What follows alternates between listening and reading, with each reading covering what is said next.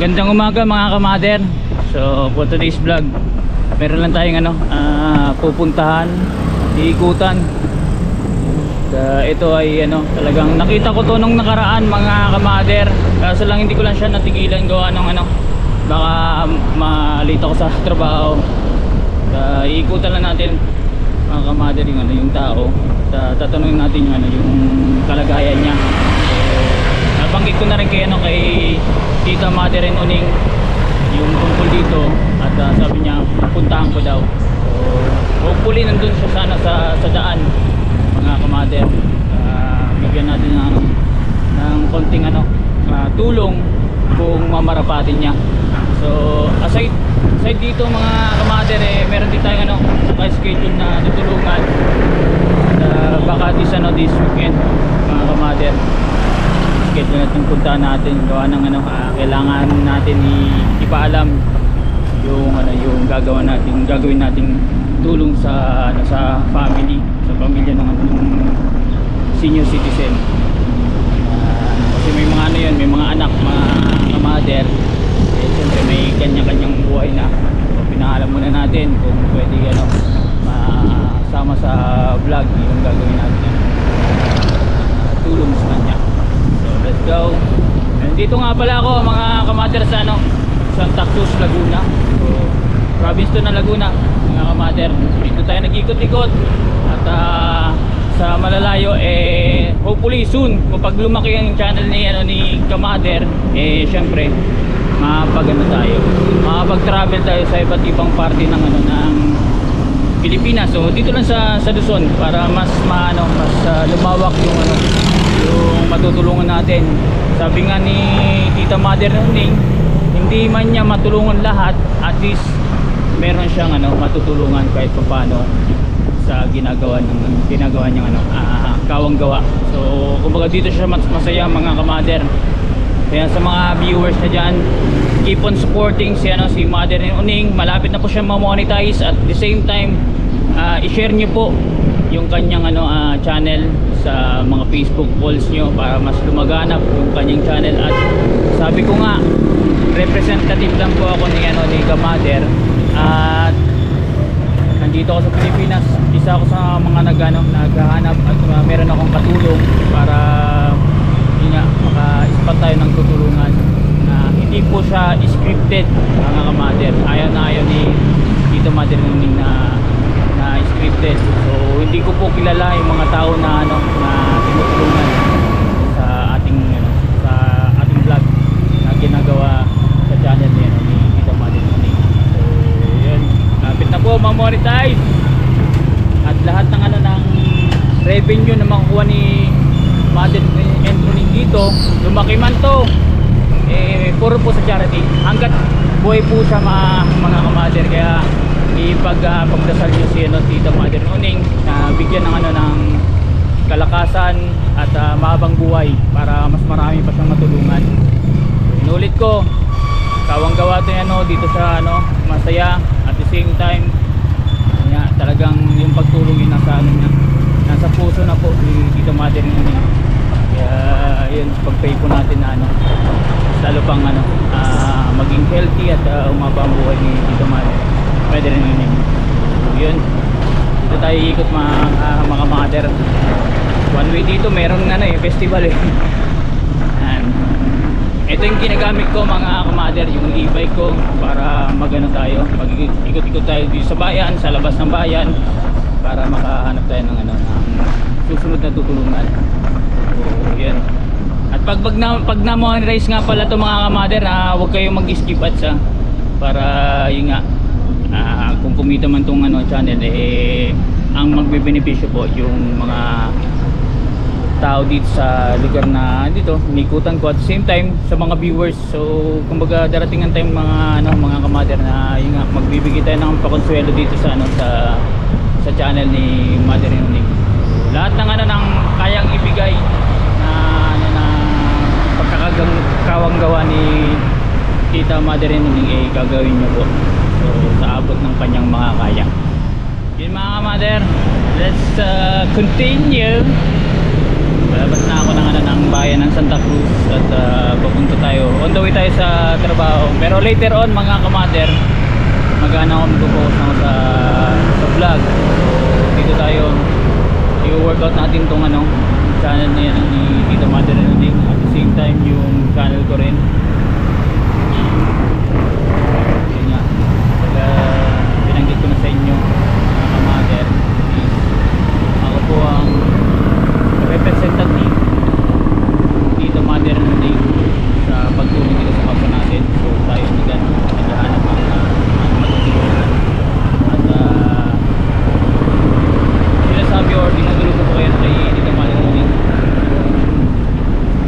mga bibigyan ng tulong.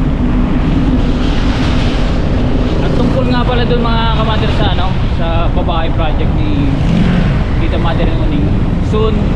At nabanggit niya naman sa akin na later on, siyempre hindi yan mawawala.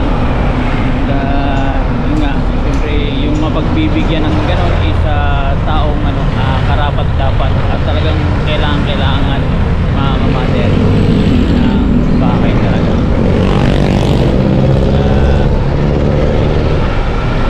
Future, pero for now is ganap muna tayo ng ano, matutulungan sa kahit sa konting kapamaraanan, bigay ng ano, ng konting ano, saya na impact sa buhay ng ano, ng matutulungan. Hindi matraffic mga kamader.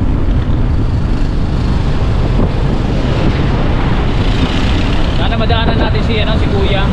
So yung ano doon, yung nabanggit ko na kay Tita Mother, yung ano pala, mga kamader, parang ano, disable yun eh, PWD, putol yata ang paa. At yun nga, sana matimingan natin ulit para at isa makausap natin kung anong sitwasyon. Siyempre pag naganta na sumangayon, matulungan natin,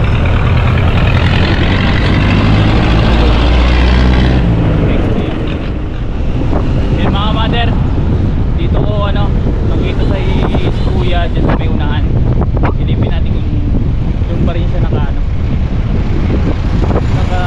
stay or tumatambay.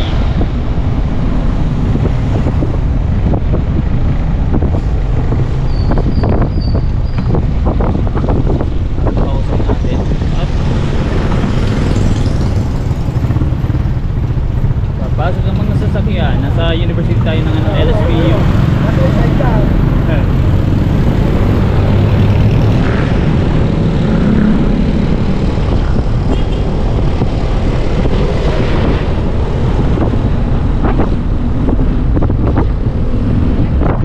Yan, dito mga kamader, oh. Dito nakita si Kuya.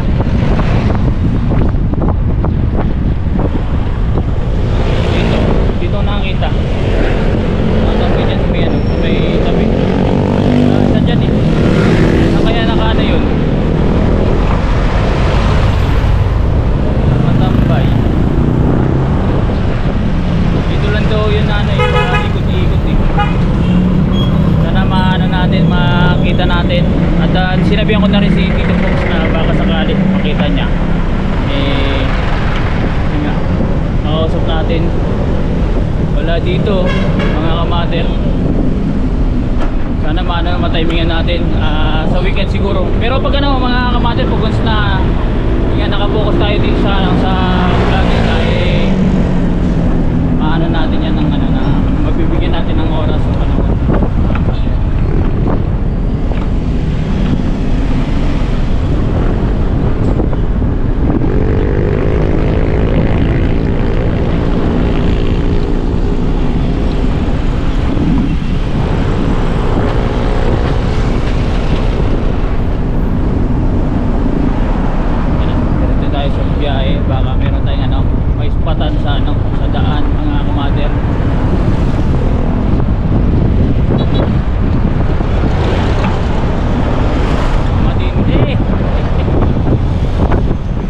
ayun mga kamader and uning, dito muna tayo nakatambay tayo. Sumilong muna tayo sa ilalim ng ano, ng tree, ng puno. So sa paghahanap ko kay kuya yung naka wheelchair na may aso hinihila, hindi ko po na nakita. So negative doon sa dinadaanan ko, kasi nung last time kasi di ba nabanggit ko na ano, na nandun siya at kasama nga ano yung aso, hindi ko siya natigilan gawa nung ano nga papasok ako ng trabaho, alanganin sa oras. So ngayon binalikan ko, wala siya doon. So niriray ko na rin kay Tito Pogs kasi siya ang nagsuggest sa akin na nakita niya yun at binuntahan ko nga, wala, negative. Ang ano nun, ang gagawin natin, iikutan ko ng ulit bukas, pero ano mga kamader, meron tayong naka-schedule na napupunta na bibigyan ng tulong. So kumbaga ano na, nagkaroon na siya ng consent sa anak at okay at tuwang-tuwa mga kamader yung anak, na siyempre blessings yun sa nanay niya at yun nga, senior na rin yung nanay.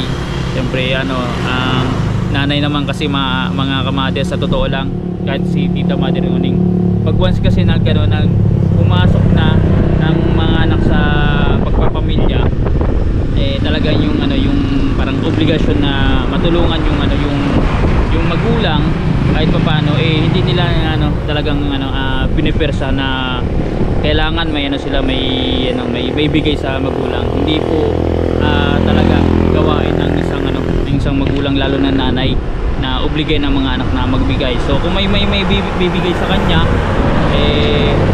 no problem, siyempre blessings yun. Kaso lang, di ba, yung mga katayuan kasi ng mga anak hindi naman ganun kaluwag. So tulad din sa akin mga kamater, so hindi naman ako kaluwagan sa buhay at hindi naman talaga ako pinipersa ng aking magulang na magbigay ng ng konting ano sa kanila, konsuelo kada monthly. Pag once na luwag ako sa buhay, pwede. Kasi lang hindi talaga ako obligado, kumbaga. Ganun ang ang mga magulang, lalo na nanay. So ganun din kay nanay na bibigyan natin ng tulong at at least makabigay sa kanya ng konting kasiyahan. Hindi ko alam kung first time niya mabibigyan ng ganung blessing.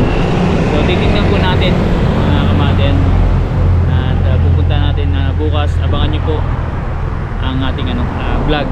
So for now, ito muna ang natin, nagkukwento lang ako sa inyo. Sa mga nakasubscribe kay Mother and Uning, sobrang thank you sa panonood.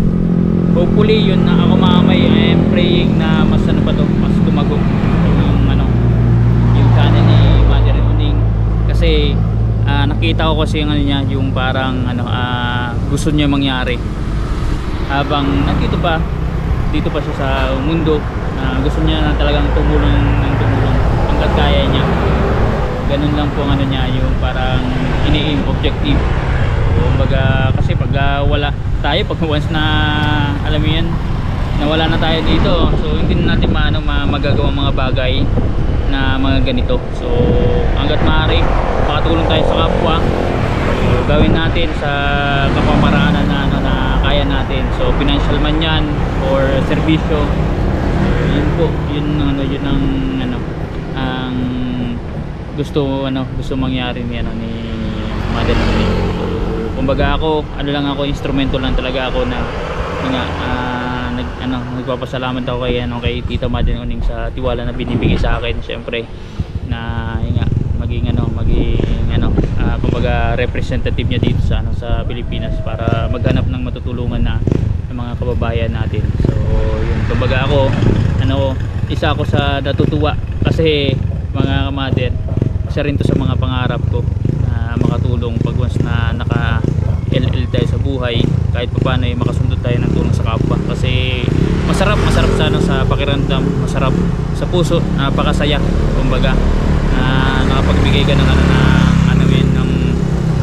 tulong sa kapwa, lalo na sa mga nangangailangan. So, hindi man malalahat, pero at least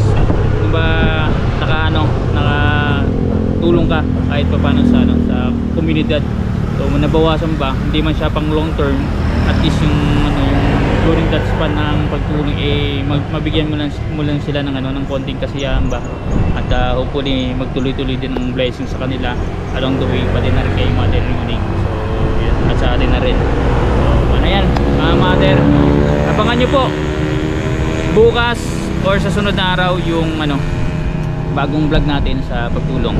So marami tayong ano, ilalabas dito na ano, na vlog soon. Hindi lang ano, yung singgilan, pwedeng ano, along the way, at yung nauso ngayon na money hunt. So pwede natin gawin sa channel ni Mother Yuning.